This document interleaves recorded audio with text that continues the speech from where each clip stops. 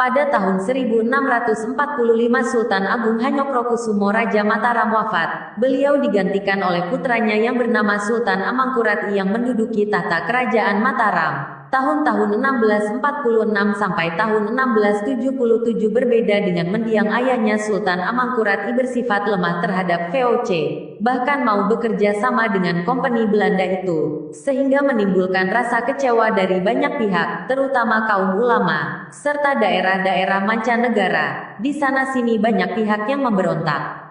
Pada suatu ketika Basa Gondokusumo atau Basa Bibit, yakni kerabat keraton Mataram beserta Pangeran Rangkusumo Pati Mataram diusir oleh Sultan Amangkurat pertama karena dituduh bersatu dengan pemberontak. Basa Gondokusumo dijatuhi hukuman pengasingan di Semarang, di tempat kediaman kakeknya yang bernama Basa Suryaningrat. Sedangkan Pangeran Rangkusumo kemudian pergi bertapa ke daerah sebelah timur Gunung Lawu.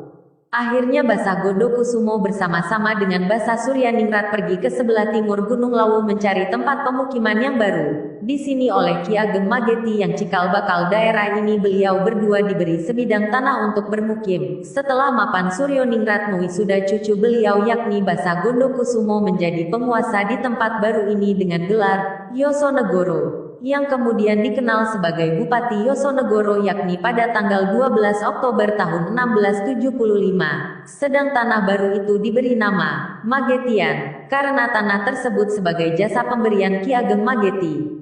Peristiwa penobatan sebagai bupati pertama ini ditandatangani dengan Warsa Sangkala, MANUNGGALING Rasa SUKOHAMBANGUN.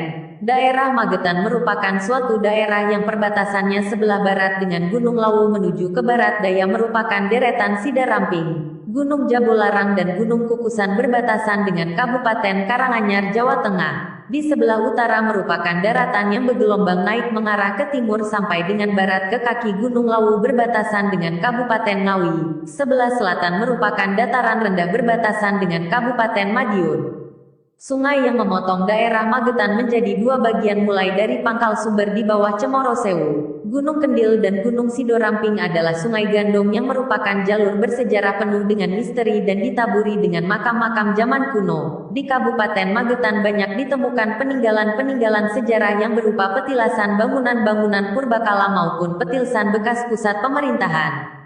Misalnya, petilasan makam Empu Supo di Duku Mandang Desa Plumpung Kecamatan Plaosan. Peninggalan purbakala terbuat dari batu andesit di Duku Sadon Desa Cepoko Kecamatan Panekan berupa candi yang diberi nama Candi Sadon.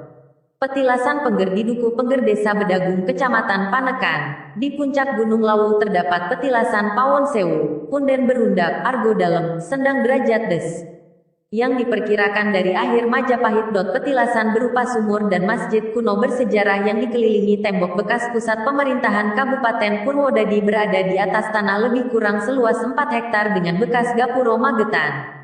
Makam leluhurnya Magetan, Pati Nrangkusumo dan Pati Ngariboyo Ii Kurung Tutup di Duku Enjelok Desa Bulukerto Kota Magetan dan makam Kanjeng Adipati Purwodiningrat, mertua Hamengku Buwono di Desa Pacalan Kecamatan Plaosan juga merupakan bukti sejarah. Makam Astana Gedong di Kelurahan Tambran Kecamatan Kota Magetan terdapat makam Adipati Yosonegoro yang erat hubungannya dengan sejarah Babat Magetan. Di makam Sasono Mulyo Duku Sawahan Desa Kapolorejo Kota Magetan terdapat makam Bupati Magetan dan masih banyak lagi makam-makam yang tersebar di daerah-daerah yang sampai sekarang masih keramat. Ditinjau dari letaknya Magetan merupakan daerah perbatasan antara Jawa Tengah dan Jawa Timur, maka bahasa sehari-hari, adat istiadat maupun kebudayaannya banyak mendapat pengaruh dari daerah Jawa Tengah yakni daerah Solo, Surakarta dan sekitarnya daripada daerah-daerah di Jawa Timur lainnya. Lebih-lebih jalur tembus antara Kabupaten Magetan dengan Kabupaten Karanganyar di Jawa Tengah melewati Cemoro Sewu lereng sebelah barat daya Gunung Lawu dan melalui hutan-hutan, erat hubungannya dengan jalan bersejarah dari abad ke abad. Bagaimana sampai dapat mewujudkan suatu daerah yang disebut Magetan? Berikut sejarahnya. Sampai dengan tahun 1645 Sultan Agung Hanyokrokusumo wafat, kemudian Amangkurat pertama menggantikan kedudukan beliau sebagai Raja Mataram pada tahun-tahun 1645 sampai tahun 1677. Berbeda dengan ayahnya yang bersikap tegas mengusir Kompeni Belanda, Amangkurat pertama sangat lemah dan mau bekerja sama dengan Kompeni Belanda, VOC. Pada tahun 1646 Amangkurat I mengadakan perjanjian dengan Kompeni Belanda yang amat merugikan Mataram. Isi perjanjian itu antara lain adalah Mataram mengakui kedudukan VOC di Batavia, Jakarta, sedangkan Mataram bebas berdagang di mana saja kecuali di Pulau Ambon, Bansa dan Ternate. Sebab pulau-pulau tersebut kaya akan rempah-rempah. Dengan diakuinya kedudukan VOC di Batavia maka Batavia bebas dari ancaman Mataram semakin berkurang. Perdagangan Mataram tidak lagi seperti seida kala. Pelayaran perdagangan dibatasi oleh kompeni sehingga kerajaan Mataram tidak berwibawa lagi dan Kawulo Alit menjadi sengsara. Kebijaksanaan Amangkurat pertama tersebut menyebabkan timbulnya rasa kecewa dari banyak pihak terutama daerah-daerah mancanegara. Pangeran Giri yang berpengaruh di daerah pesisir utara Pulau Jawa berisap siap melepaskan diri dari kekuasaan Mataram. Beliau amat kecewa atas tindakan Raja Mataram ini. Demikian pula seorang pangeran dari Pulau Madura yang bernama Trunojoyo yang tidak tahan lagi melihat pamannya Pangeran Cakraningrat kedua terlalu mengabaikan Madura dan hanya turut bersenang-senang di pusat pemerintahan Mataram, segera melancarkan pemberontakan terhadap Mataram. 1674, pemberontakan tersebut akhirnya didukung oleh orang-orang Makassar.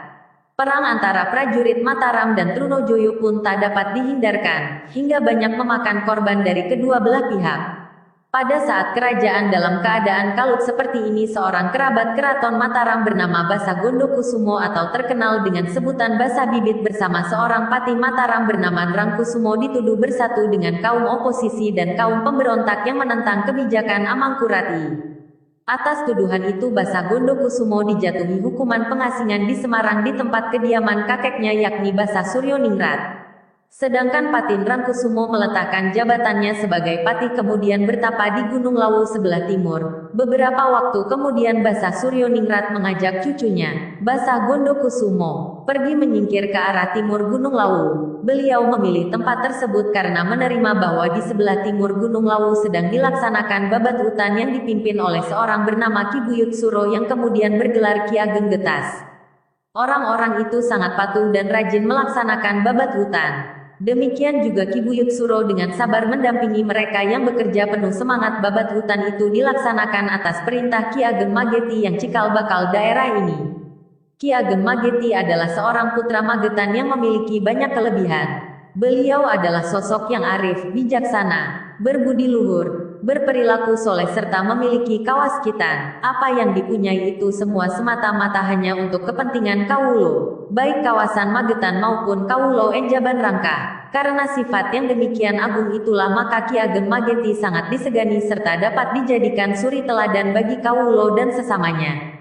Kemudian Basa Suryoningrat dan Basa Gondokusumo menjumpai Ki Buyut Suro yang sedang babat hutan. Keduanya bermaksud minta sebidang tanah untuk bermukim, karena yang menguasai kawasan hutan ini adalah Ki Ageng Mageti. Maka untuk memperoleh sebidang tanah ini Basa Suryoningrat dan Basa Gondokusumo diajak Ki Buyut Suro bertemu dengan Ki Ageng Mageti di tempat kediaman beliau di daerah Gandong Kidul, Dukuh Gandong Selatan, tepatnya di